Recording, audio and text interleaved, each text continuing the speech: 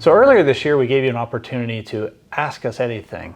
And now here's our response. So I'm Rick Bush. I'm the Senior Product Marketing Manager here at Festool USA. And I'm joined here with my colleague, Chris Devlin.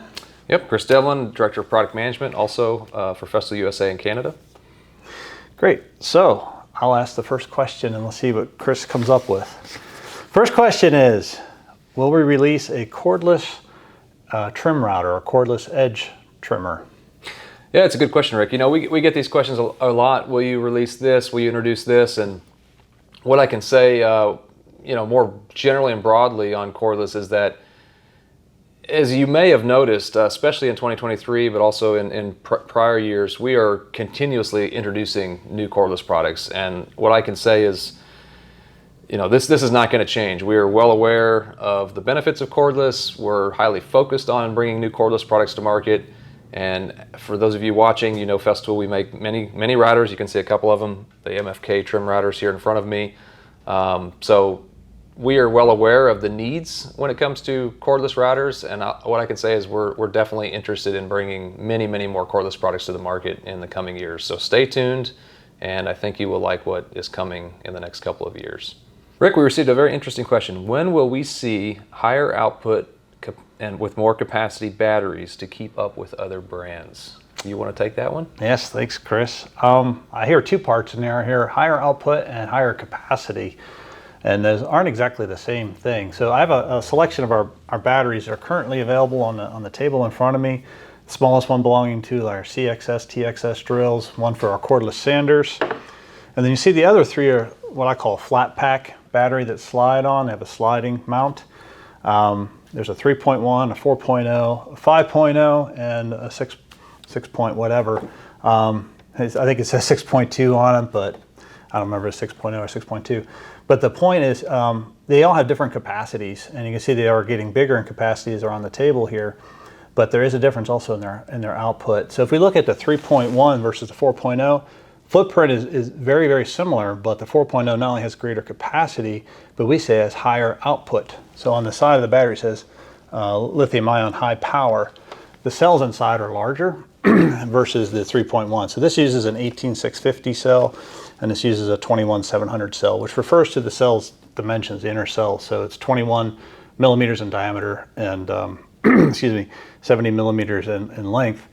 And it has a higher output, so it actually can put more current out in the same amount of time. But you also notice that the batteries, as it got bigger, the number gets bigger too. There's just more cells in there to give it more capacity. So this is our current lineup, but we are looking to expand it. Later this year, we'll see an 8 amp hour battery coming out in the fall, which has both higher capacity and higher output. And it's essentially taking like two of these 4.0s and stacking them together. And when we look at tools, like last year we came with the TSC 55K.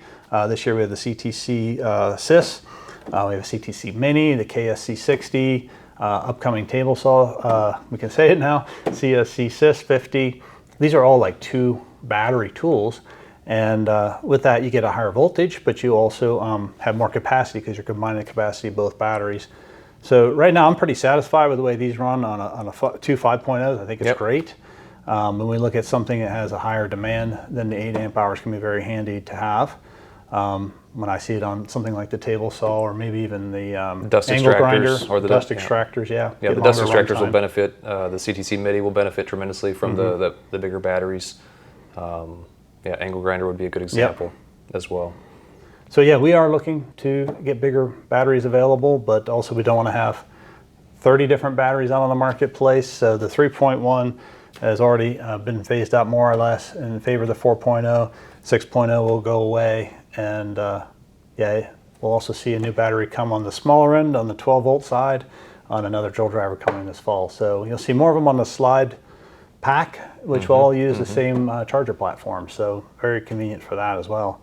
So yep, we're working on it. So thanks for the question. All right, next question up is about, origination. Where is our stuff made? Are our products made in China? Good question, Rick. That's a tricky question. In today's world, our products, the word made is an interesting word. I guess the simple answer is no, most of our products are made in Germany, but we also have a factory in the Czech Republic. So if you look on the the nameplate on our tools on the label, you're typically going to see one of two made in countries. You're going to see made in Germany for most machines, and you could also see made in the Czech Republic. Many of our drill drivers are assembled in the Czech Republic, a few other machines as well. What I can tell you about the Czech Republic is that that facility is a mirror image of our facilities that we have in Germany. Same processes, same system, same type of assembly lines. Is it Festool employees? Festool employees as well. Yep. So all of our factories Same have parts? Festool employees, same parts. So there's no practical difference other than the workers themselves are Czech workers as opposed to German workers. Now, getting back to the original question, are our products made in China? Of course, we also have many items, accessories, consumables. We have products that come from probably almost every country on the planet. Some countries are really good at textiles. Some countries are really good at abrasives. And so it can depend on either the component or the product. When it comes to the tools itself, we got a couple of examples where products are made in China, but having been involved in these discussions in the past, generally why you see that is because perhaps we don't have the expertise or the competence to really build something from the ground up in that, or it's more of a product which, like I said, it's not our core competence. So we feel that if we're going to offer this to people, we try to find a good partner to work with. And in some cases, it turns out that there are good partners in China. For me, the bottom line is, if it has the Festool label on it, it still has to go through the same quality expectations, the same testing requirements. So regardless of where it's assembled, that would be true also if it was assembled here in the United States. It would still have to meet all of the same stringent qualifications and testing standards. And at the end of the day, if it's a tool, it carries the 3-year wear and tear warranty regardless of where it's made. So hopefully that addresses the question. But in general, if you would ask it another way, are we moving our production to China? The answer is no, absolutely not. The vast majority of products will continue to be made in Germany and our factory in the Czech Republic. All right, Rick, why does the Capex come without a warranty? Okay, that's a mystery right there. Essentially, all Festool tools should come with a warranty. The warranty length depends on the country you're in, and also if you bought it new or reconditioned. But generally, tools come with a warranty. So maybe the question was, I can't find my warranty registration card. So I pulled an example here. This is the OF1010 router, because I found that the warranty card was a little bit tricky to find right away. So when I first opened the tool, I can tilt it up, you can see the machine here. And the warranty card's kind of hiding back here with the manual. So I wanted to pull it out because the warranty card itself is pretty cool. Inside you have a sticker applied, and it actually has what we call the TNR number as well as the serial number, SNR number, and that matches to what's on the label on the sustainer as well as what's on the tool. There's also a code here. If you want to use a smartphone, use the camera, you can scan this code to speed up the warranty registration process. But you should have a card included with the machine. It might be tucked in front of the manual, it might be sandwiched somewhere into the manual, it might be behind the manual, it may be off to the side, you may have to look for it a little bit, but generally speaking, each tool has a warranty, and the warranty registration card should be in the box or in the sustainer with the tool. All right, Chris, hot question for the day. I'm glad you get this one. Will Festool redesign or reintroduce the Vaxis? Yeah, that's a tough question. Unfortunately, I think the answer is likely no. Having said that, this is an interesting product because I think from my perspective, and we get so many comments and questions about the Vaxis now that it's been discontinued. It's one of those products that once you have it and you own it and you use it, you love it. And it's a fantastic product, fantastic concept. The sad truth is, not just in the United States and Canada, but really all over the world, it never really sold that well. It was a product everybody looked at and said, oh, it's really cool. I'd love to have that someday. But we didn't sell that many. The demand overall was not great. It was also an old product. It had been around for many, many years by the time we got it. We had to make some modifications to get it into the United States. Our pump was slightly different.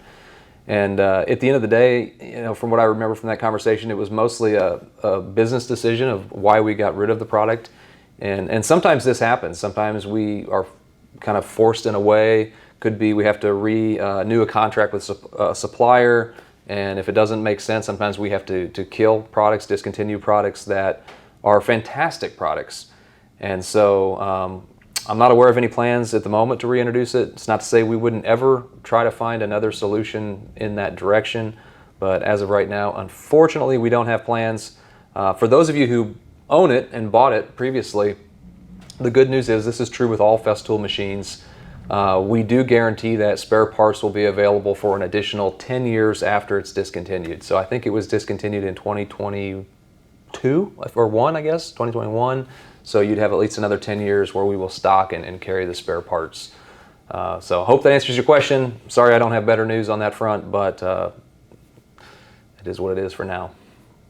All right, Rick, so we got a question. How do you secure an MFT to prevent movement? Maybe I can elaborate. I think that the question here is how do you add stability to the MFT as it is a mobile system? Right, yeah, that's what it is, the multifunction table, right? And it is made to be a portable system. The legs fold up. You have the legs, as I have it set up for this table now, they're extended. There's also a short leg. Well, we make an accessory for this. It's a stabilizer brace that attaches to the legs and then to the frame, which will help cut down on some of the racking, because yeah, if you're really manhandling something on the top, it's possible to get a little extra movement out of the table. But if I put those cross braces on, I still keep the portability aspect because it'll fold up with those. But if I just want to do something, maybe a more shop-based solution, this is one of our trainers had done this. And we actually have a video. We'll drop you a link on the video on how to build your own portable MFT cart. Now this cart was made to be part of a prop. It has wheels. We can still move the whole table around, but the MFT is just nested on top, which preserves its portability function. I can pick it up, take it off of here, and if I grab the right part, pull it off the table and haul it around and use it as a portable table away from this rolling cart. But when it's on here, I can lock the casters and it's a pretty stable place. And with this build, you have the benefit of having drawers underneath, some hose storage, keeping everything very compact for maybe the shop-based solution there. All right, Rick. Question in. TS55 screws coming loose. Is this a common problem? It's not totally clear what they mean, but we think we have a possible idea. You want to talk about that? There's a lot of screws on the machine, right? So I'm kind of guessing they mean the base. There's screws on the side plate of the machines. I think if you know if those are coming loose, you tighten them. If it's the arbor nut, that shouldn't come loose because the way it's threaded, it should stay tight. But what I'm thinking they're asking about is perhaps these base screws. These screws here are what we call cam screws. They're used with the guide rails to adjust the tension of the saw and to cut any slop out of there. We have lots of videos on setting these. This is an earlier track saw. This is the TS55 EQ, a couple generations back. And you can see that the cam screw is the whole piece right here. That's it. And there's a screw holding it on, and that's a screw that's Torx and slotted. It's kind of a combination. So if you have a slotted screwdriver, you can use it, but preferably a Torx. So that's a 55. The TS75 is still the same generation. The EQ has the same setup.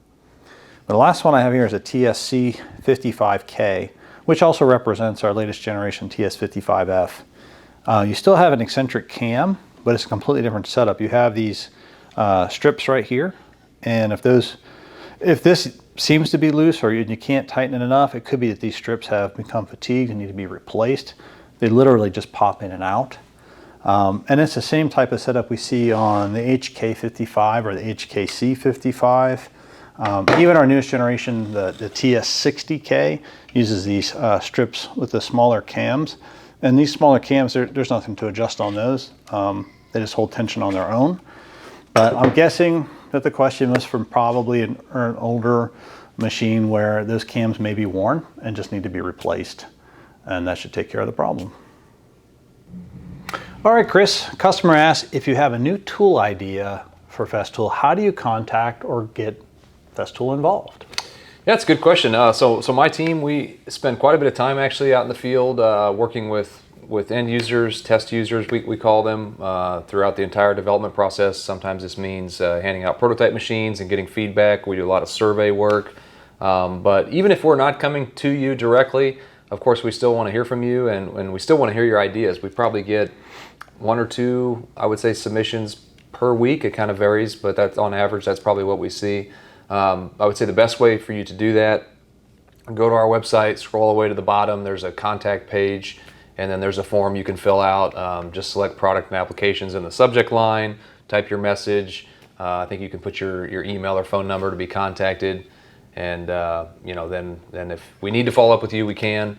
And so what we do here on the U.S. side and the Canadian side is we take the ideas in, we filter them, and ideas which we think are really good ideas and have merit, we will then forward to the appropriate colleagues in Germany at our headquarters. So that's pretty much how the process works, and we're always happy to receive ideas. All right, Rick, we got a question stating we recently updated the TS55 with the TS60, which we have on the table here. Question is, any chance we're going to get an upgrade on the TS75 or possibly one of the larger HK85 machines? So if you can kind of walk us through that question and what we have available now. Yeah, that's a good point. Our family of track saws has grown a lot, especially in the last couple of years. Right now on the table, we just have the 4 corded options that are the plunge cut style. I didn't put up what we call the HK saws, which are more of a traditional circular saw that also use the straight guide rails or tracks. They can also use a special captured one. But these are the 4 plunge cordless, not counting the cordless TSC. So yeah, a lot of track saws, which is going to breed some confusion about what is what and where do things go. So the first part of the question is about an upgrade from a 55 to a 60. That's not entirely true. So the TS55, we've had a few different iterations of it. Last year we introduced the TS55F, which is the latest generation of the TS55, which is what we have right here. And that's only a year old this summer, I believe.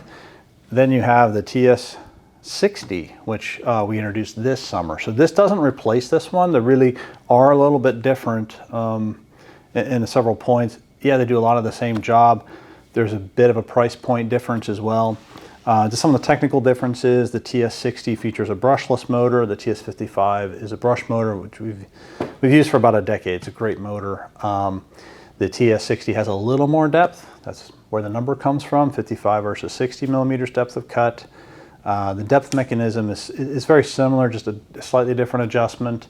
The biggest difference here is that this is a machine that has kickback stop. So if you kickback stop is a function we introduced with a TSC 55K. Yep. And what that does is if the saw loses contact with the surface, it automatically stops the blade.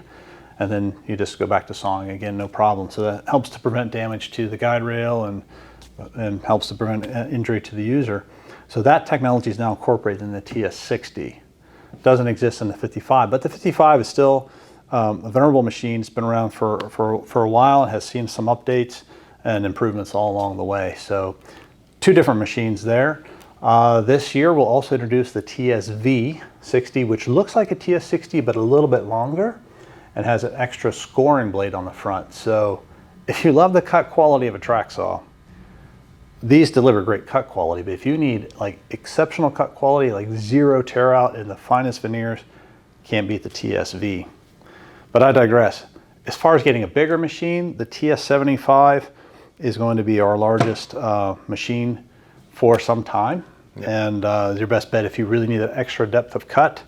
And it's still based on the same platform as the TS55, which again has been a time-tested and very durable design for us. So this is the lineup of the corded plunge cutting track saws.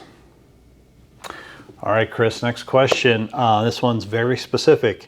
Can you bring back the 2015, how long ago was that? That would be 8 years ago. 8 years ago. 2015 Centratec installer set. Yeah, that's a good question. That was a great set. I would say we're probably not going to bring that particular set back, that very specific set. But we've kind of modified our approach. For those of you that are aware, back then we had this sustainer, I think it was a size 1, and it had just tons and tons of Centratec items loaded in there, drill bits, driver bits, all kinds of special Centratec attachments. We have a kind of a newer approach we're moving towards. So starting little bit later this year, you're going to see a lot of our drills start converting over to like the attic lid sustainer, we call it. So the lid of the sustainer will start coming with storage space inside, and you can either, it's totally customizable, so you can put your own things you already have in there, or we will also be rolling out these modules, some with drill bits, some with driver bits, some with all different types of things that can snap into these new lids. So I'd say it's not completely off the table that we wouldn't consider like a comprehensive set at some point in the future, but there's no immediate plans to do one at the moment. All right, Chris, big question for you this time. With the technology our industry has today, why can't we get the same items sold in Germany? Yeah, the age-old question, why do things exist in Germany that don't exist here? It's a good question. There's lots of different answers. It really depends on which machine you're talking about. The one we always get asked about, or have been in the past, is the sword saw, as they call it in Europe. In general, some of these machines, what we run into is potentially certification issues. Back when many of those machines were designed and developed, it was before Festool was active in the North American market, and so the North American needs weren't taken into consideration. And that's needs both from a safety standpoint, but also from an application standpoint. So in many cases, there's applications that exist in Europe that don't exist as much here. So that could be a reason. Other reasons could be machines are old, and what it would take technologically to update them and make them able to be sold in North America with a 120 volt motor. Sometimes those projects are not just aren't economic or aren't feasible. That could be a possibility. If we're talking about newer machines, something like the insulation saw, or I'm trying to think if there's another example. There's probably a few examples in the last, say, 10 years where they got a machine that we didn't. The TKS 80 is a good example. Sometimes what happens is we say no to a machine for various reasons, and we're always going out to the market ahead of time and checking to see, what do customers think, what would they use it for, would they use it? And if we don't get a good response in that type of survey, then often we'll second guess, should we really bring it? So the insulation saw is a good example. It's made for working with insulation materials you find very commonly in Europe, really thick wood fiber materials, mineral wool.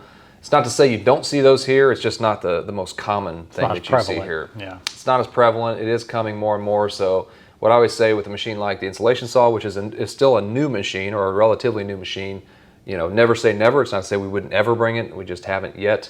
But with the really old machines from the 90s and the early 2000s, those machines likely will not come to North America. And the last one I want to touch on is the TKS 80. This machine, what's a TKS 80? Good question. This is the saw stop they sell in Europe. Not the saw stop. It's the table saw they sell in Europe with the saw stop technology. This machine also will not come here. Not now, not in the future. There's lots of reasons for that. Part of it has to do with the type of saw it is, the type of fence it has. It works in Europe. It's not, in our research, it wasn't as good for the North American market. And we knew in the background we were working on the sustainer saw, the CSC, which will be introduced later this year. So that will be our solution here at Festool USA and Festool Canada for a table saw. If you would like the saw stop technology and you're living in North America, of course we would suggest that you go to Saw Stop. They have several saws, all the way from the cabinet saw down to compact saws and medium-sized saws. So they've got a whole portfolio and great saws. So hopefully that addresses the question. Yeah. I would say, even looking at our catalog today compared to the offerings in Europe, it's not that different anymore. No, it's really We've not. got a lot more than we used to have. Yeah, we have a lot more, and anytime we're working on a new development in North America, just because of the size of our market, we're always, part of the conversation on are we going to be a part of the project, and we always have the opportunity to say yes, and when we do say no, there's usually good reasons why we say no. Okay, Chris, we have a tool inquiry for one I have not heard before, but a 3-inch cordless sander. Is there any plans to bring such a tool? No, there are no plans to bring this tool, but if you were the one that submitted this question, or if you have thought about this, I would like to know, and you can send an email into or an inquiry into our contact form that we talked about earlier in one of the other Q&As. What would the application be for a 3-inch cordless sander? And if you submitted this question, what are your thoughts about, my concern would be, ergonomics, if you can imagine having a battery on a sander with a pad that's 3 inches, I'm just curious if somebody has a thought process as to how that could be done. And mainly, what is the application? Is it random orbit? Is it rotary? Is it rotary? Yeah, there's a lot of questions there. So you kind of need more information about what kind of user are you? What are you trying to do with this? What's the application? What's the application especially? So thanks for the question. Wish I had more to share, but need more information. All right, so before you see two sustainers, one has a router, one has the RG130 grinder. This is what we call our M footprint. It's kind of our standard footprint, and this is our L footprint. And that's the premise of the question. Chris, will we see in this latest generation, we call CIS Gen 3, a large footprint with a 2-drawer configuration? It's a great request, and I think it's a great idea. And what I can say, and this is just more broadly about the Sustainer platform, is that we have many plans, some of which you will see next year in 2024, to continue to grow the whole Sustainer family in what I would say are meaningful ways. So stay tuned. There's going to be more products coming on the CIS Gen 3 platform. We've pretty much finished up all what I would call the conversions, converting the old stuff into the new style. And now we're really focused on expanding and growing the capabilities of the new platform. So stay tuned. There's a lot more exciting things coming next year and beyond for Sustainers. All right, Rick, question for you. Where can I get Festool swag? Well, and until just this year, I would say maybe find some of your dealer. You might run into a local salesman who has some samples or something, but we now have a fan shop. You can go to festoolfanshop.com and find such cool items as a branded hat, this Arctic tumbler with the Festool logo on it. We've also partnered with Blackletter to produce some Festool specific very durable workwear. So this is like an insulated zip-up sweatshirt. We also have some ripstop material work pants. But I'd say we just introduced this one. Sold out immediately. Bringing more back as soon as we can. It's a TS60 pizza cutter. Yeah, this thing looks like a little TS60 track saw. It's cordless, right? Totally cordless in this case. It's human powered, and you can cut pizza, quesadilla, cookies, whatever you want, but that thing's pretty hot and a lot of fun. So if you're into some Festool swag, yes, you can check out festoolfanshop.com.